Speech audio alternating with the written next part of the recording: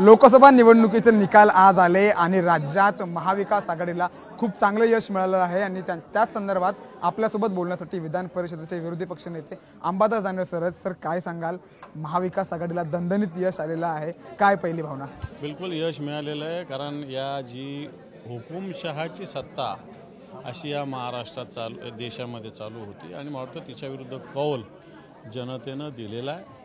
महाविकास आघाडी ज्या पद्धतीनं महाराष्ट्रात फोडतोडचं राजकारण केलं गेलं, Bharatiya Janata पार्टीने ED CBI income टॅक्सचा वापर केला, त्याच्याविषयी जनतेच्या मनात रोष होता आणि तो मतदानाच्या माध्यमातून जनतेने व्यक्त केला। मात्र सर, दणदणीत जरी यश मिळालं असलं तरी कुठेतरी संभाजीनगरची जागा जी आहे ते शिवसेनेकडून ठाकरे गटाकडून गेलेली आहे। कुठेतरी जर का ती जागा तुम्ही लढवली असती तर निवडून आला असतात, जिंकला असतात, अशी देखील चर्चा होते, काय वाटतं? आता जे झालेलं आहे त्याच्याविषयी चर्चा करण्यात काही अर्थ आहे असं वाटत नाही। मी निश्चित इच्छुक होतो त्यावेळेस, परंतु ज्याला उमेदवारी दिली त्याचं काम मनोभावे सर्व शिवसैनिकांनी केलं, जनतेनं नाकारलं त्याला, आता मी काय करू शकतो? मात्र आता पंतप्रधान पदासाठी दावेदार नेमका कोण? आता महाविकास आघाडीमध्ये किंवा इंडिया आघाडीमध्ये रस्सीखेच कुठेतरी पाहायला मिळेल?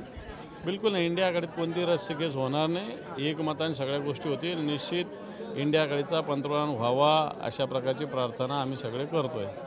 खूप खूप धन्यवाद सामटीशी बातचीत केल्याबद्दल। कॅमेरामॅन रोहितसह मी सूरज मसूरकर, साम टीव्ही, मुंबई। देश विदेशातील प्रत्येक घडामोडींचे लाईव्ह अपडेट मिळवण्यासाठी आता साम टीव्हीच्या सर्व सोशल मीडिया प्लॅटफॉर्मला लाईक, फॉलो आणि सबस्क्राईब करा। तसंच सर्व नोटिफिकेशनसाठी बेल आयकॉन प्रेस करायला विसरू नका।